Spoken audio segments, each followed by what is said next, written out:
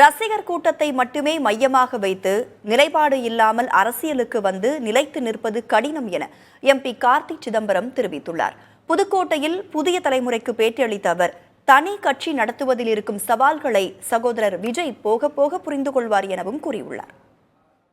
இப்ப சும்மா அவங்க கொடியை தான் விட்டுருக்காங்க. ஒரு விஷயத்திலேயே அவங்களோட நிலைப்பாடு என்னன்னு சொல்ற வரைக்கும் என்னால எந்த கருத்தும் சொல்ல முடியாது.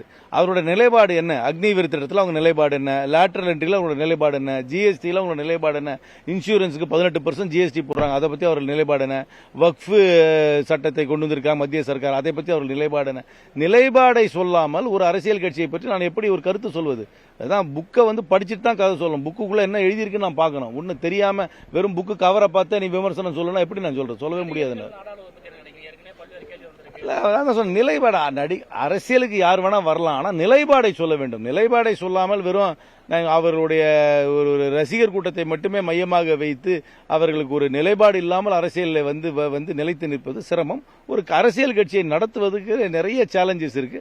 அதை சகோதரர் விஜய் போக புரிஞ்சு கொள்வார்.